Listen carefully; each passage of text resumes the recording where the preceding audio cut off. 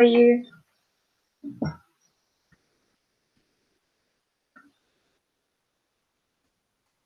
Hi there, hello. I'm fine too. I'm glad you're well. Did you already have your second midterm? Did you have a test?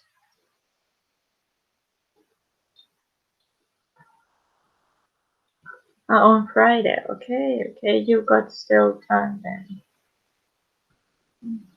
That's great. Are you prepared? Do you have any questions? Are there things that you don't understand maybe quite?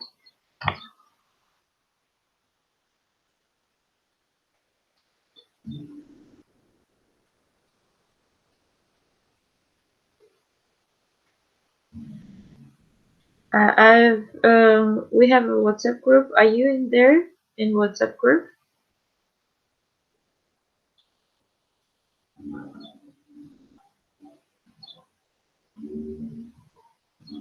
Yeah, yeah, most of the case questions, but not difficult.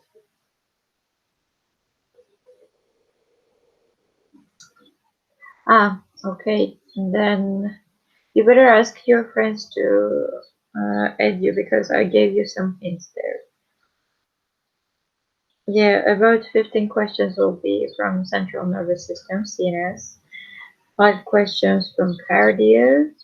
Um, and I've written all the percentages for each topic. So ask your friends to share with you this group. Okay.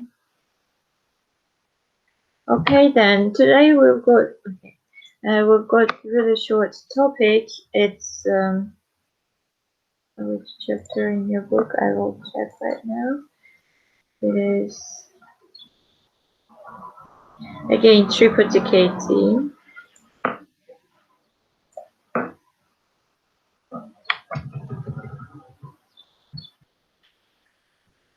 It's chapter 19, drugs for respiratory disorders. So today we're going to talk about asthma and cough, and next lecture we're going to talk about vitamins. Okay, on Saturday. This is also a short topic. It will be kind of a break after the midterm. Okay, so and we've got not including this week, we've got 2 more weeks.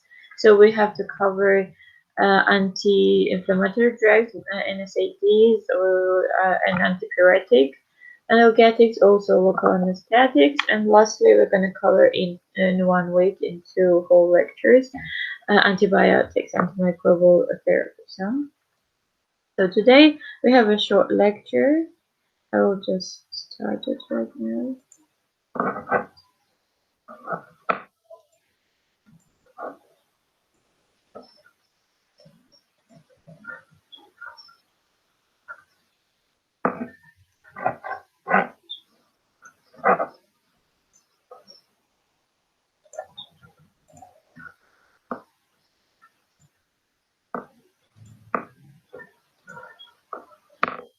Okay, I guess you can see it on screen now, so we'll just start from slide here.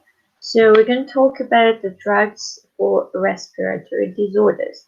First of all, until we're going to start talking about drugs, let's discuss what are the most common respiratory disorders we're going to meet in the practice. So the first one will be chronic obstructive pulmonary disease.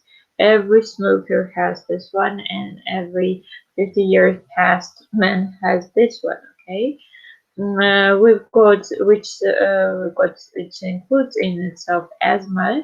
It's not necessary for all of the people to have. This is a very specific disease connected with this multifactorial disease connected with the allergens, I would say environmental allergens and immune system and so on.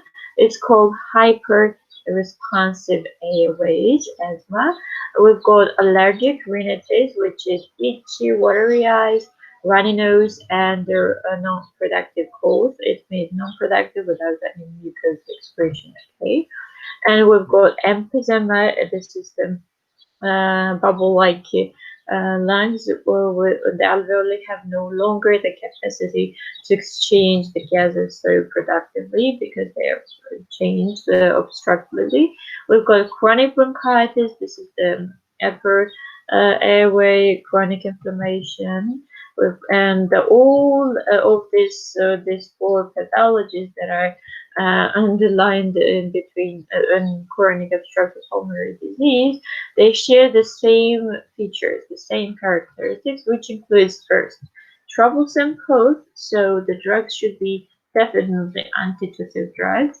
We've got the drugs that are topically to the nasal mucosa can be used, or they can be used for inhaled preparations, inhalations for the lungs.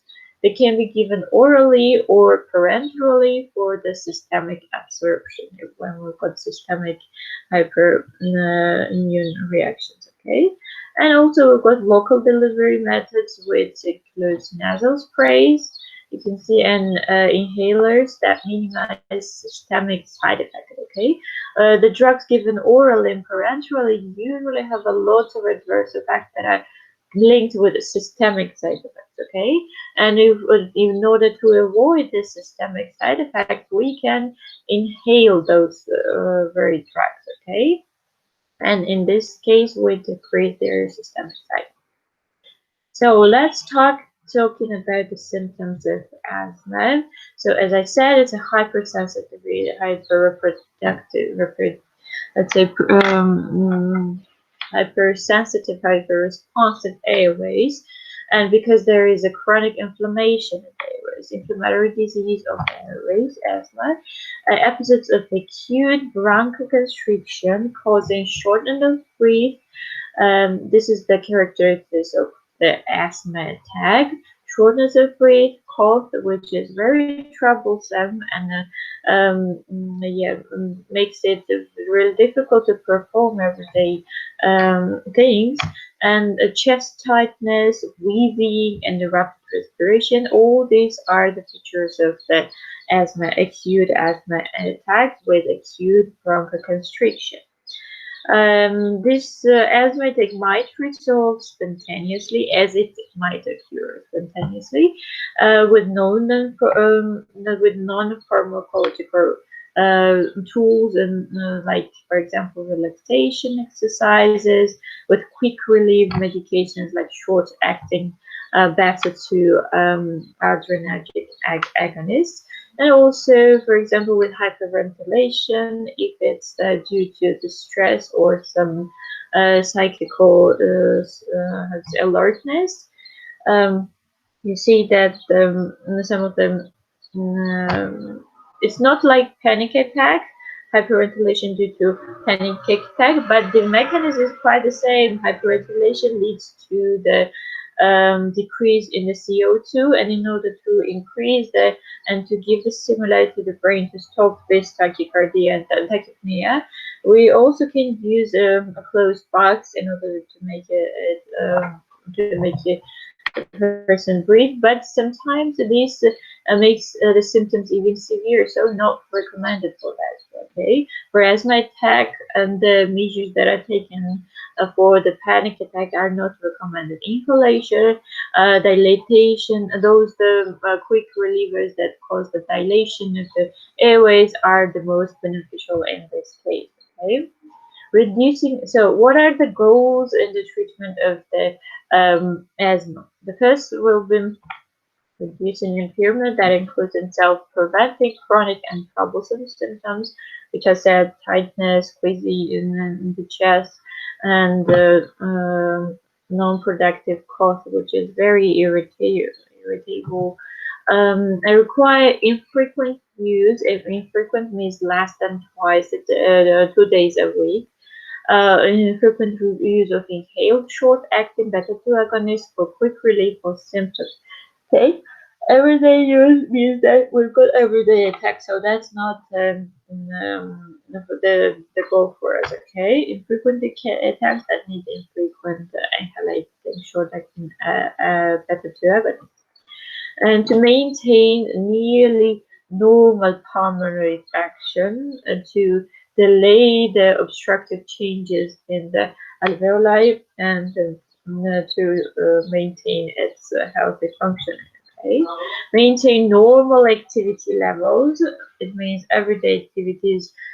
Sports is excluded. Heavy sports is excluded for those who are asthmatics. Okay, for those who are diseased with asthma, because the exertion, stress, and other environmental conditions, were heat, and also changes in season changes, dust, many plants, and many other things play as triggers for the asthma attack. So in order to avoid asthma attack, we should also avoid those that play roles of the triggers, right? So meets expectation of the patient and family as well as satisfaction with asthma care. Okay, so the patient should not be impaired because of his asthma attacks. He or she should be integrated and dissociate, integrate and do it or her job, and not to be excluded for the rest of the social activities, right? Because of the disease. So that's the goal of the treatment and reducing impairment. Okay. So another thing we want to achieve is to reduce the risk of development acute attacks, prevent recurrent exacerbations, or minimize the need for emergency department visits or hospitalization. Okay, most of the cases during acute attack cannot be managed at home by civilians. They require the administration to the hospital. So, in order to decrease the severity of the attack, after that, we might also as well decrease the hospitalization, okay, and emergency department visits. Prevent progressive loss of lung function, and for the truthful, prevent reduced lung growth. Okay, asthma, when it's let's say developing with the early years, adulthood or to childhood, it also say impairs the growth of the lungs tissue. Okay. Also, as the age increases, as the severity of the asthmatic increase, if untreated, the pulmonary tissue starts to change. Okay, to become fibrotic, to become obstructed. Okay, obstructed with mucus, and the alveolar walls are getting thicker, and then a diffusion through of the gases through, and the perfusion worsens. Perfusion means blood supply worsens, and diffusion through the alveolar wall worsens because of the changed structure. So this leads to impaired lung functioning, loss of the some breathing area. Okay, let's see. Okay, and then provide optimal pharmacotherapy with minimal or no adverse effect. As I said, yeah, decrease in the side effects is also important consideration, because when we use oral or parenteral drugs, they've got a lot of systemic side effects, which can be again avoided if we use inhalers, okay, or aerosol or topic administration, okay. So, as I said, the main mechanism of the development of asthma is chronic inflammation. Okay, inflammation in the airways, and especially in the inner layer of the respiratory tract, or the mucosa layer. Okay, the mucus, the cells of the walls of the mucosa layer start to produce a lot of mucus, and they're in chronic inflammatory process. Okay, chronic production of the mediators, inflammatory mediators, and so on and so forth, that then help to develop the vicious cycle. Okay, chronic production of mucus mediators again irritates chronically the layers of the mucosa. Okay, and the phenotype is really important for the development and for the severity of the asthma, because again, as I said in the beginning, it's multifactorial, but it has definitely genetic, let's say genetic reasons as well, of inheritance as well. So And in the family, if the family mother and parent or any of the parents have the disease, the offspring is more likely to develop the disease. Okay, so there is a genetic inheritance plays a role in here, and the severity also is dependent on the phenotype. So phenotype is an expression of the genotype, right? So now finally let's get to the drugs. The first group of drugs that we use, and as I said, for the also for acute attacks, we are using adrenergic agonists. Okay? But we got a lot of adrenergic agonists, the beta one, beta two, alpha one, alpha two, and so on and so forth, right? So the first drug that we use for the quick relief of the attack is beta 2 agonists. Okay, beta 2 agonists that have a rapid onset of action, 5 to 30 minutes, and provide relief for 4 to 6 hours. Okay, so it means that, yeah, 6 hours attack free period. Okay, and the onset is half an hour. So beta 2 agonists, because again, remember where are the beta 2 receptors located? Yeah, in the airways. Okay, that's why we need to act on beta 2. The symptomatic treatment of bronchospasm is to relieve quick relief of the acute bronchoconstriction. So we said the mechanism of the one of the mechanisms of developing acute attack is the bronchoconstriction and narrowing the upper airways. Okay, so in order to relieve bronchoconstriction, we use beta-2 agonists as well. Epinephrine, this is the, yeah, with this. Adrenaline, this is acute for the acute anaphylaxis, and the status asthmaticus. Status asthmaticus is a prolonged asthmatic attack, not short one that can be either by itself without non-pharmacological medication, with no pharmacological medication can be resolved. But the status asthmaticus is really severe, a life-threatening condition that involves development of this shortness of breath, airway constriction for a long period of time, and can be even lethal if not treated properly. And acute anaphylaxis, this is yes, anaphylactic allergic reaction that is with bronchoconstriction, swelling of the airways, and the patient is choking unless you administer an epinephrine. Okay. And beta-2 agonists have no anti-inflammatory effects. Remember this one. They have no anti-inflammatory effects. So when we talked about the reasons of the mechanism of development of asthma, one of the reasons was inflammation, chronic inflammation, right?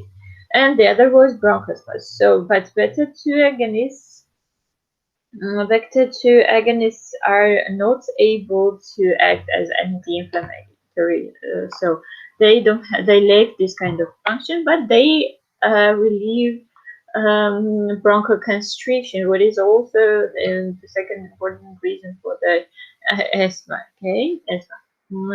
Should never be used as a sole therapeutic agent for the patient with persistent asthma. Okay, that they do not own no anti-inflammatory effect. That is why the usage of them as the only drug for the treatment it won't be wise, because they don't cover anti-inflammatory part. Okay, they just cover bronchoconstriction and inflammation. If the inflammation goes on, the attack severity might worsen. Okay, if we are using just one, this only beta-2 agonist, so that's why they're not never used alone, but in combination with other drugs. Monotherapy for the patient identified as having intermittent asthma or exercise-induced bronchospasm. Okay, so as we know, the mechanism is the relief of the bronchospasm. So the asthma attack, which is so mostly majorly caused by the bronchoconstriction.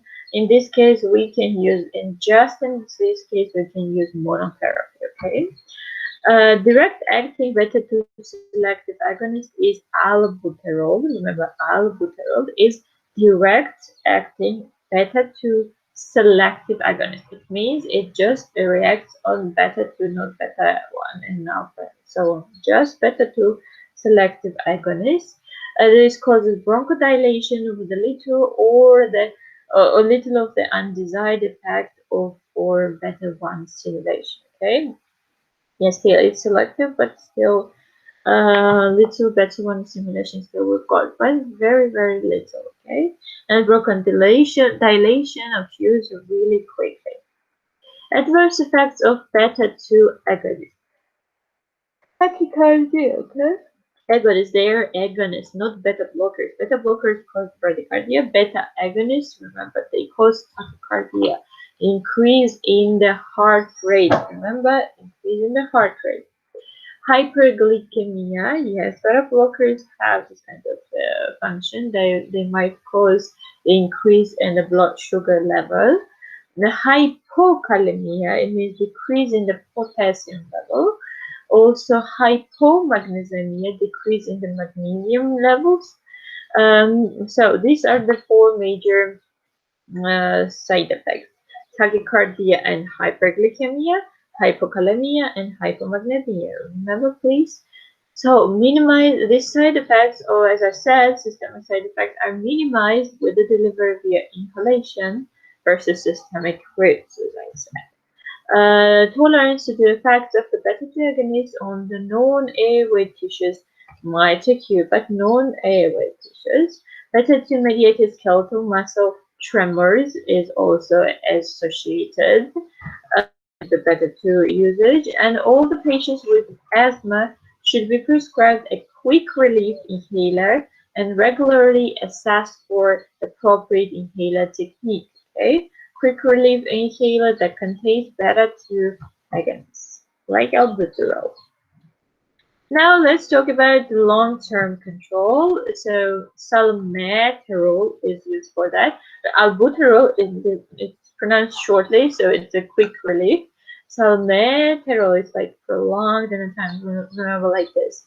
Formoterol, formoterol and salmeterol, those are long-acting beta-2 agonists, or LABAs. Okay, LABA is long-acting beta-2 agonist. Remember salmeterol and formoterol.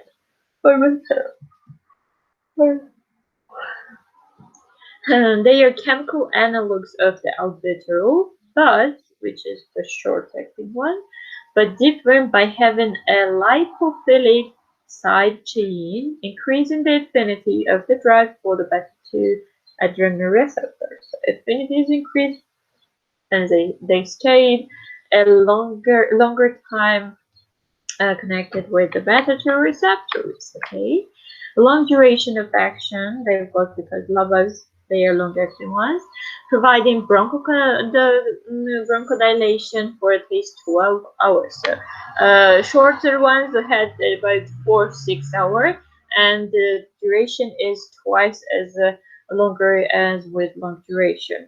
Okay. Slower onset of action, logically, and this should not be used for the quick relief or of an acute asthma attack, okay? Because of the slower onset. When we need a quick onset, like 30 minutes, we use short-acting ones, okay? Like albuterol. Salmeterol and formoterol, they have a slow onset, but they have long duration, so they can be used for the maintenance treatment for long-term control. Okay, the use of LABA alone is contraindicated, just like with the rest of the beta-2 blockers. Single ingredient LABA should be used just in combination with the asthma control and medication. Okay. Adverse effects of LABA are similar to quick relief beta-2 agonists, because again in the same group here, but then the side effects will be the same. And reassessing technique regularly is critical to the success of the therapy. It means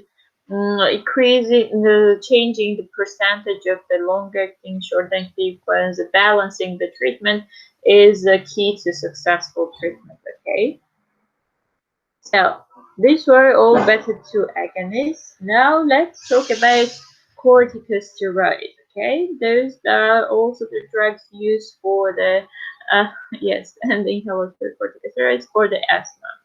And this is not the way they should be used. Okay, they're supposed use. To be used. Inhaled corticosteroids or ICS, inhaled corticosteroids. They are the drugs of the first choice in the patient with any degree of persistent asthma. Okay, prolonged asthma as a diagnosis, and we've got inhaled corticosteroids in charge here. There is a first line treatment. Severe persistent asthma may require the addition of the short course of the oral glucocorticoid treatment as well. No other medication are as effective as inhaled corticosteroids in the long-term control of asthma, especially in children and in adults. Inhaled corticosteroid therapy may reduce or eliminate the need of oral glucocorticoids in a patient with severe asthma, and they must be taken regularly. Okay, inhaled corticosteroids should be taken regularly in order to maintain their blood, I'd say, amount. Okay. So, actions on the lungs. What does the corticosteroids do to the lungs? They do not directly affect the airway smooth muscle, just like beta-2 did. Beta-2 agonists were directly vasodilating. Okay, this is in vasoconstriction. In this case, the corticosteroids target underlying airway inflammation by decreasing the inflammatory cascade. Okay. And we said the beta-2 agonists don't have anti-inflammatory, how to say, properties. That is why they could not be used as a sole therapy, because in asthma development, inflammation plays the key role. So the corticosteroids strike this part. They target the inflammatory process in the mucus. Okay.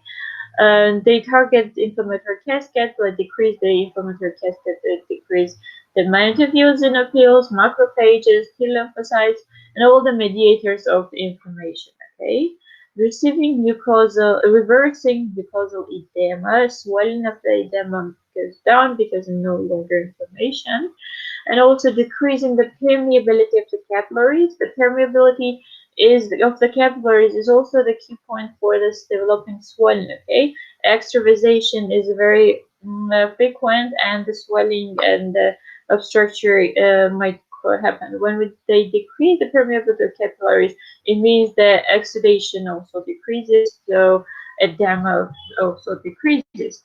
Inhibited the release of leukotrienes. Again, they inhibit the eosinophils, macrophages, and other mediators of inflammation, like leukotrienes, for example. They reduce the hyperresponsiveness of the airway smooth muscle to a variety of bronchoconstriction stimuli, like irritants, cold air, and exercise. All this listed here: allergens, irritants, cold air, exercise, stress, hot air as well. Those are all the triggers for the asthma attack, and the corticosteroids decrease responsiveness to these triggers. This is also important feature for the corticosteroids. So as I said, route of administration is definitely inhaled one. Okay, inhalation is the key role to play here. And they are slowly and deeply inhaled just before and throughout activation of these inhalers to avoid impaction of the medication onto the laryngeal mucosa rather than the bronchial smooth muscles. Okay, slowly and deeply to have the effect on the bronchial smooth muscle, but and then 80 still, in spite of the slow and deep inhale, 80 to 90% are deposited in the mouth and the pharynx and are swallowed. Okay, and 10 to 20% deposited in the airway. Okay, remember this is the nearly 10th or 20, let's say fifth, fifth part is happening to go to the airways. Okay, the rest of it is deposited in the mouth and the purse. And when we do slow and deep inhalation, okay, When we do quick and deep inhalation, this optimizes drug delivery through the lungs, okay, for quick and deep inhalation. And adverse effects include oropharyngeal candidosis because, again, corticosteroids decrease local immunity. Do you remember when we talked about steroids? They decrease local immunity, so the risk of infections, especially for the fungal infection, is increased. In this case, oropharyngeal candidosis, and also hoarseness due to local immune suppression. So that is to avoid all these adverse effects. A rinsing mouth in an suction split method is used with water to decrease the chance of this adverse effect. Okay, rinse suction split of the mouth. Now, we've got the main route is inhalation, but that's why they're called inhaled corticosteroids. But we'll also have oral and systemic administration when we've got, for example, status asthmaticus, which requires intravenous administration of methylprednisolone or oral prednisone. Remember this one. In emergency situations, when we've got status asthmaticus, we require intravenous or quick response. We either do intravenous methylprednisolone, remember IV methylprednisolone, and oral prednisone. So these two drugs for the quick relief of the asthmatic status asthmaticus. A dose of the drug is gradually reduced, leading to discontinuance in 1 or 2 weeks. As all the steroids, corticosteroids, should never be seized abruptly. Okay, the cessation abruptly might cause severe adverse effects. So those should be tapered by time in 1 or 2 weeks and then stopped. Suppression of the hypothalamic, because why? The reason is that the constant use of the corticosteroids, our body gets lazy and gets dependent on the artificial supplemented corticosteroids, and we've got hypothalamic pituitary adrenal cortex axis depression. So the suppression will not occur when we decrease this dose and then stop. And when we stop abruptly, the body doesn't know what to do, how to react, so it's in distress and cannot produce enough hormones. So yeah, and then many other bad complications might occur with this. So that's why we never stop the treatment abruptly.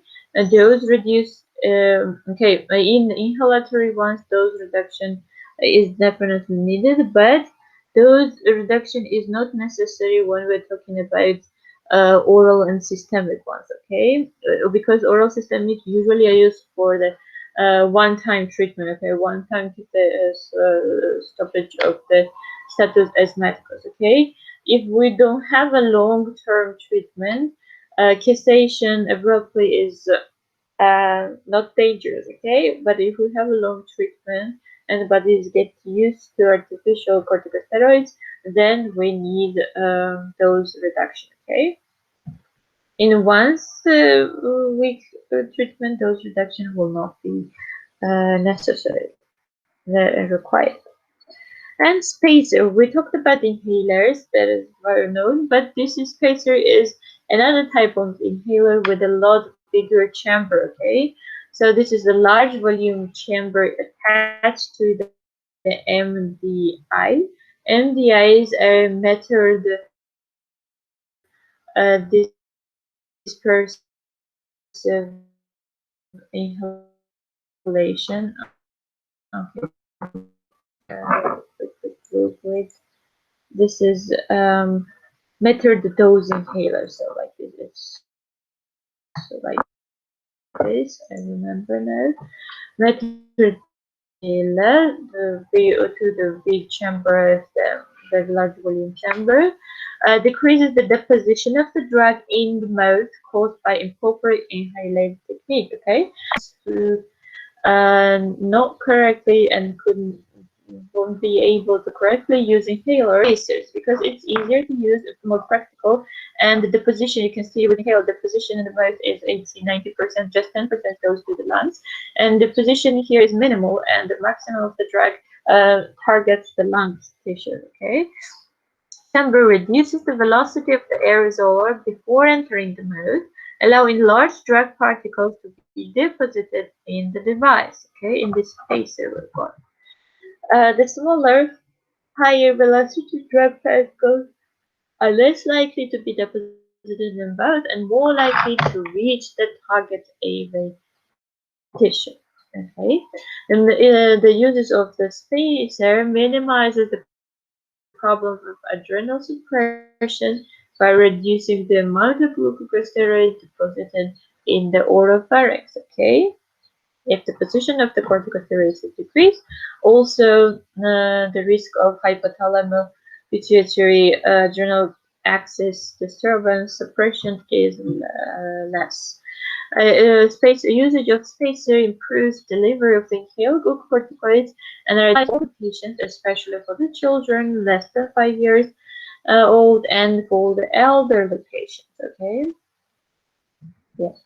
And regular washing and rinsing of spacers, not just mouths, but also spacers, and the chambers of it is necessary, absolutely necessary to reduce the risk of bacterial or fungal growth inducing an asthma attack. Okay, bacteria and fungal growth in the spacer, it also can play a role of the trigger. So that's why should be the spacers should be properly taken care of and cleaned and rinsed. Okay. Adverse effects of the adverse sorry, adverse reactions of the inhaled corticosteroids and corticosteroids is the first that oral or parenteral corticosteroids have a variety of potentially serious side effects. As I said, inhaled ones have little or no systemic side effects. Just the oral ones and the parenteral ones have this side effects. Okay. Inhaled corticosteroids, particularly if used with a spacer, have few systemic side effects, as I said before, and vertical bone growth in children to be negligible, so growth is decreased. Retardation of the vertical bone growth secondary to low oxygenated blood levels from uncontrolled asthma can occur in more severe cases. And this was all the inhaled corticosteroids. I won't give you a break because it's a really short PPT. I will quickly finish it. And so, or do you want a break, or let us finish it quickly? How do you think, Philip? Let's finish quickly, right? Yeah, you're probably right. Okay. And leukotriene antagonist. This is another group used for the asthma as well. This is leukotriene or LT, for example. We know that they play major role in inflammation, right? For example, leukotriene B4 and the cysteine leukotrienes like LTC4 or D4 or E4, they produce products of the 5-lipoxygenase pathway of arytenoidic acid metabolism and a part of the inflammatory cascade. Do you remember COX? Cyclooxygenase, these COX were inhibited by anti-inflammatory drugs. And leukotriene antagonists are the ones that inhibit leukotriene 5-lipoxygenase pathway. Okay.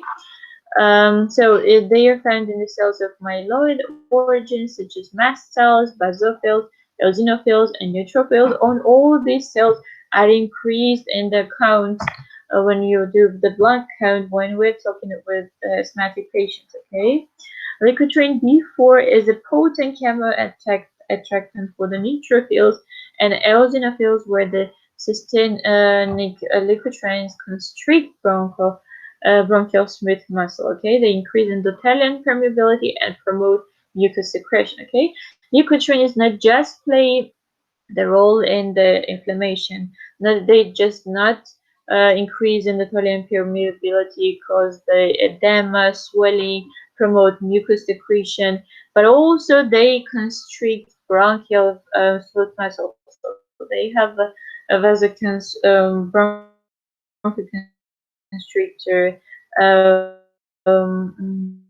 features as well. And the drug leukotriene antagonist, the first drug is zileuton.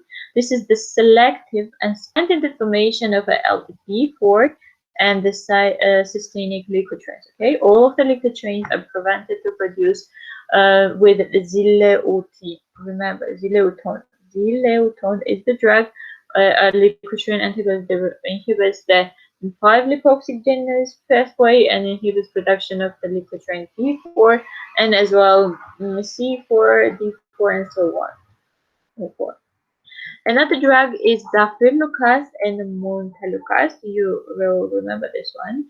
They are selective reversible inhibitors of the cysteine leukotriene 1 receptor, and they block the effects of systemic leukotrienes, not leukotriene P4, but E4, D4, and C4, okay? Not B4. Montelukast advantages is that the dosing recommendation for children 6 months of the age and older are as well as available in the granules and in the chewable tablet formations, okay? So the Montelukast can be used in children even 6 months old, okay? And the chewing tablets and the granule formulations are available. So that's the advantage of the Montelukast. And all these three drugs, dapirlukast, montelukast, zileuton, all these three drugs are approved for prophylaxis of the asthma, but are not effective in situations in which immediate dilation is required. Okay, they are approved for prophylaxis, for prevention of the asthma attacks, for decrease in the chronic inflammation, but not for the acute attacks when the major mechanism is constriction, bronchoconstriction. Okay. Modest reduction in the doses of the beta-adrenergic agonist and the corticosteroids is also, with the help of leukotriene antagonist, an improved respiratory function is also the good benefit from the treatment with the leukotriene antagonists. Okay, and montelukast is approved for the prevention of exercise-induced bronchospasm. Okay, if the patient with asthma is going to the gym or going to run a marathon, he knows that he might as well develop the asthma attack because exercise-induced asthma is very common. And he or she must take in advance the montelukast, which is good for the prevention of the exercise-induced bronchospasm. Okay. And pharmacokinetics, very shortly, they are orally active, would impede the absorption of the dapirlukast, and greater than 90% of each drug is found in the plasma proteins. The drugs are extensively metabolized. Zileuton and its metabolites are secreted in the urine. Dapirlukast and montelukast are excreted in the bile, okay, because they undergo biliary excretion. Side effects, okay, you can see the adverse effects is elevation in the serum hepatic enzymes, requiring periodic monitoring and discontinuation when enzymes exceed 3 to 5 times to the upper limit of the normal. Okay, ALT and AST and bilirubin and everything should be controlled and closely monitored. If they exceed 3 times more than normal, the treatment should be stopped. Okay. Another side effect is eosinophilic vasculitis. It's a short throat syndrome, particularly when the dose of the concurrent glucocorticoid is reduced. And headache and dyspepsia, conditions are very common. And dapirlukast and zileuton are inhibitors of the cytochrome P450 inhibitors. And the drugs that depend on this cytochrome P450 also will be inhibited, right? They can increase the cellular levels of warfarin, remember? Sorry, and warfarin induced bleeding might cause, and the warfarin side effects might also be more severe because it increases the levels of warfarin in the blood. Uh, sorry. And the cromolyn. Cromolyn, the other drug used for the asthma treatment. This is effective prophylactic anti-inflammatory agent, okay? Not for acute attack, but prophylactic anti-inflammatory agent. It's not useful in managing an acute asthma attack because it's not direct bronchodilator, but it acts as an anti-inflammatory drug. Blocks the initiation of immediate and delayed asthmatic reactions. It's used as the nebulized solution, poorly absorbed, only minor adverse effects are associated with it. Pre-treatment with cromolyn blocks allergen and exercise-induced bronchoconstriction as well. Remember, this is an important consideration. A 4 to 6 week trial is required to determine efficacy of this drug for the particular patient, particularly in the children and as well in pregnant women. Not women now. They have a short duration of action. Frequent daily dosing is necessary for the cromolyn. So it shouldn't replace inhaled corticosteroids or quick relief beta-2 agonists as a mainstay of the asthma therapy, but can be adjuvant therapy for example, for exercise-induced constriction to decrease inflammation. Okay, it inhibits mast cell degranulation and release of the histamine, but the release of the histamine, remember this thing, histamine release does not really play a great role in the development of asthma, so that's why not very beneficial. And we've got cholinergic antagonists. We know the drug distracts many things, and now we will know that they are used for asthma as well. The anticholinergic agents are generally less effective than beta-2 adrenergic agonists, but still are used. They block the vagally mediated contraction of airways, of smooth muscle, and also mucus secretion. Do you remember dry mouth, dry eyes, and dry skin? So dryness is the side effect is beneficial for the usage during asthma. Inhaled ipratropium, for example. Ipratropium is cholinergic antagonist, inhaled one. It's a quantitative derivative of atropine analog. Is useful in the patients who are unable to tolerate adrenergic agonists. Okay, those who could not be treated with beta-2 agonists can benefit from cholinergic antagonists. They are slow in onset and nearly free of side effects. Okay, not traditionally effective for the patients with asthma unless with both chronic obstructive pulmonary disease also present. Okay, in this case, and the only this case we are using it asthma plus okay, chronic obstructive pulmonary disease. And another drug, theophylline. This is out of use, but you should know this worth to mention because in 19th century, 20th century, they've been used in my childhood even they've been using this drug a lot. This is a bronchodilator that relieves airflow obstruction in the chronic asthma, and decreases its symptoms.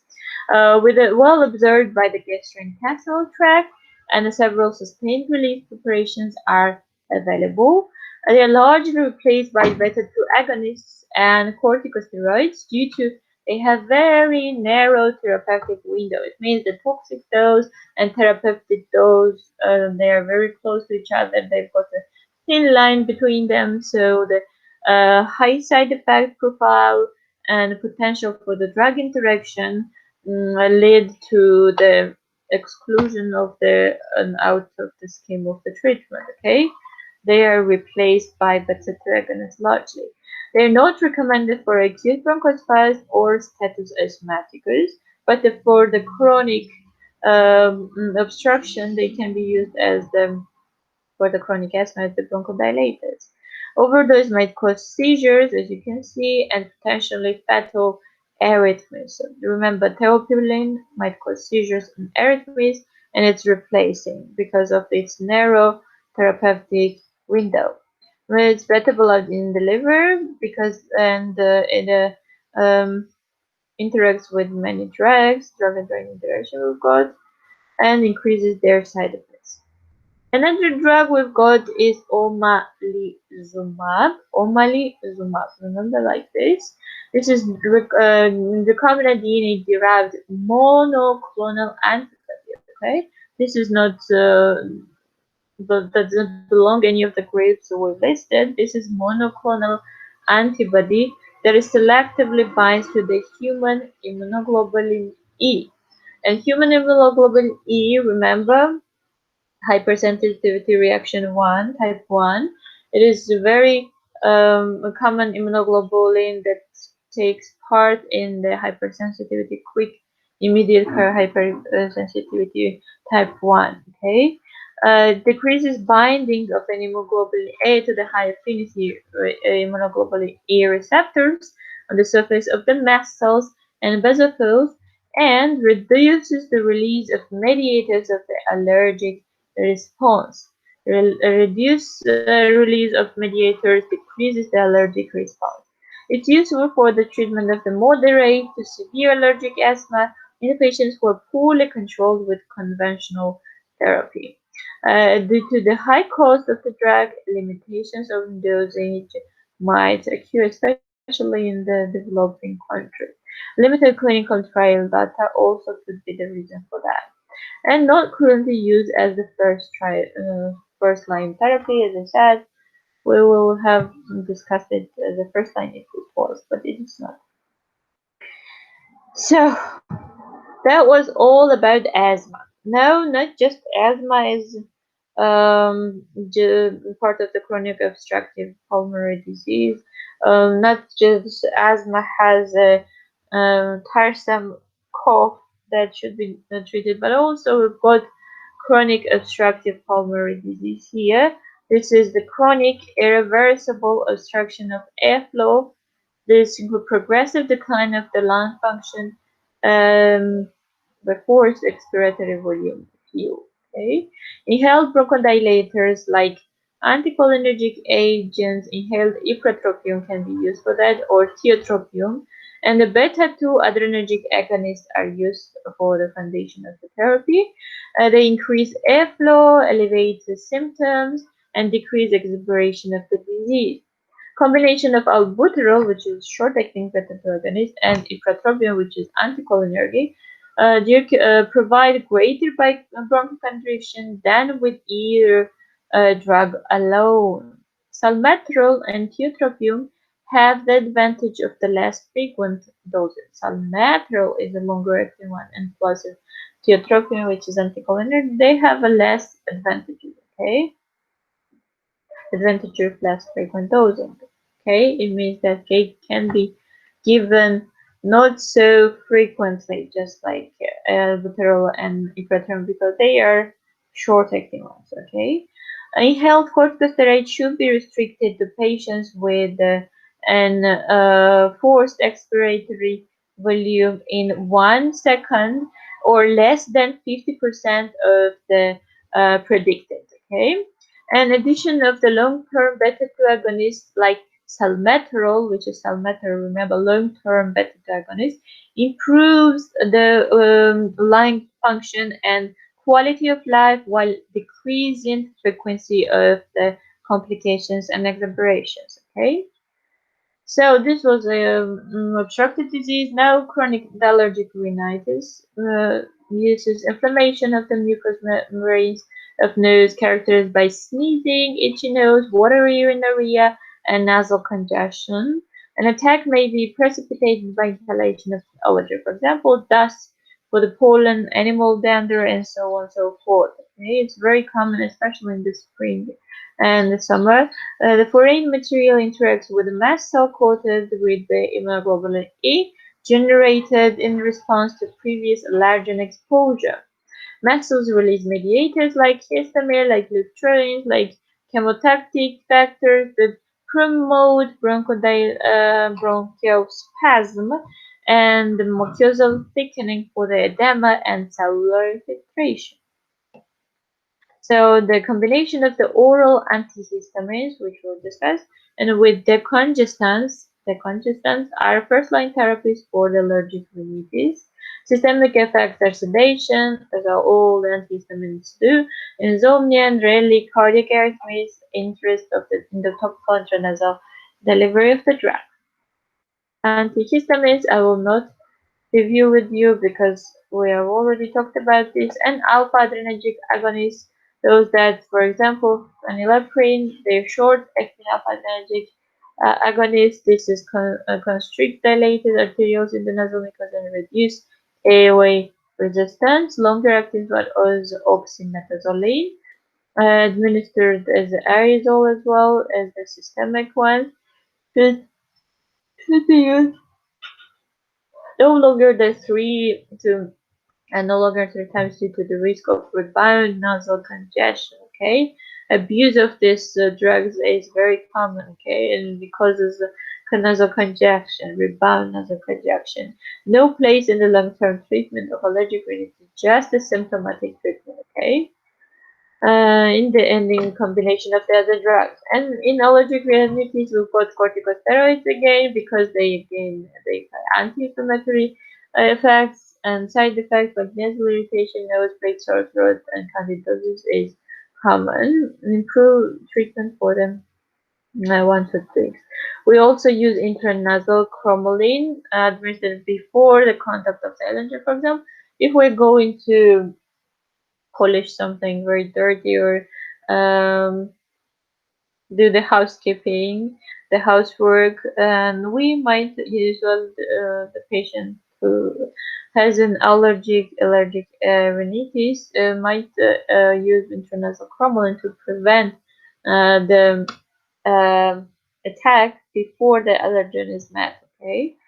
And liquid-dry antagonist montelukast also indicated for the treatment of both seasonal and perennial allergic rhinitis. And drugs used for the cough. So these two were just for your knowledge. Then this is what you have in the book. Codeine, antitussive drugs. Codeine is antitussive. This is the gold standard treatment for the cough suppression. It decreases the sensitivity of the cough centers in the central nervous system to peripheral stimuli and decreases mucosal secretion. Not the central block, but also we've got a decrease of the mucosal secretion.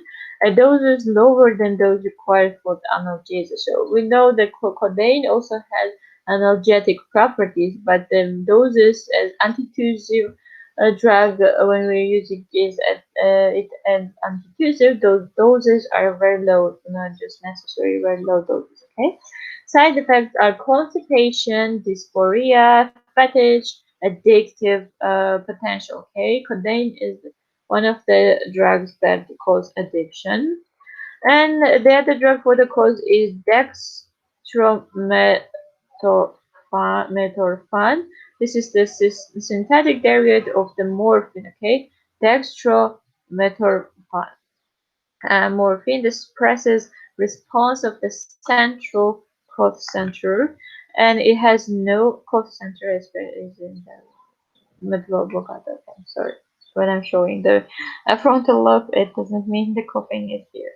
Okay, medulla oblongata. It has no analgesic effects in antitussive doses. Okay, no analgesic effects, so the addiction might not develop. It has a low addictive profile but may cause dysphoria at high doses, which may explain its status as a potential drug of abuse.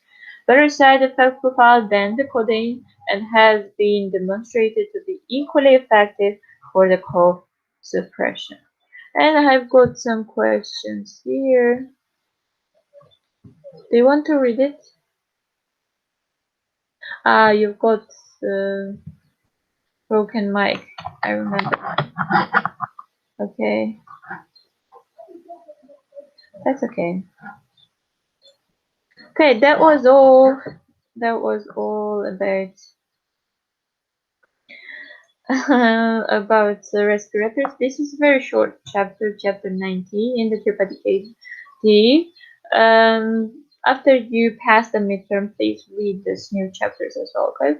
Because we've got 3 weeks, just 3 weeks left for pharmacology, okay? And 6 more topics discussed. So this was today's topic. The next lecture we're going to talk about vitamins. As I said, this is also vitamins will be also very short chapters. So good luck with your. Thank you. Good luck with your midterm. And if you have any questions or anything else, please don't hesitate to mail me or to write me in the WhatsApp, and I will give you as best as answers as I can. Okay. Okay. Thank you very much again, and good luck with your midterm. Bye bye. Thank you for attending today's lecture. Thank you. Bye bye. Good day.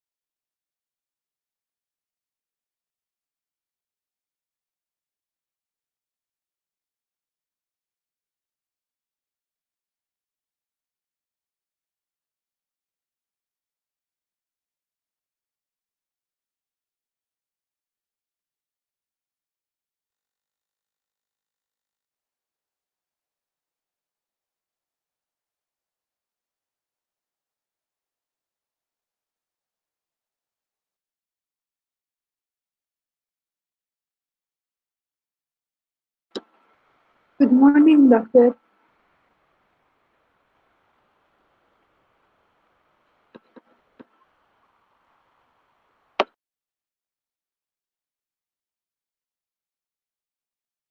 Good morning, Merlin. The lecture is over, but you can see the recording, okay?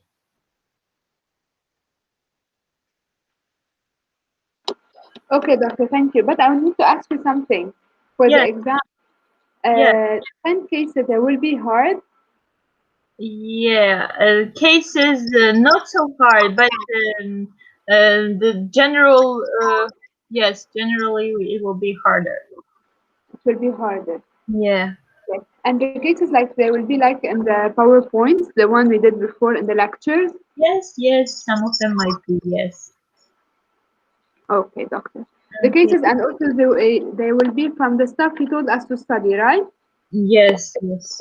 Okay, doctor, thank you so much. You're welcome. Good Take luck care. with your Thank you midterm. so much. Bye.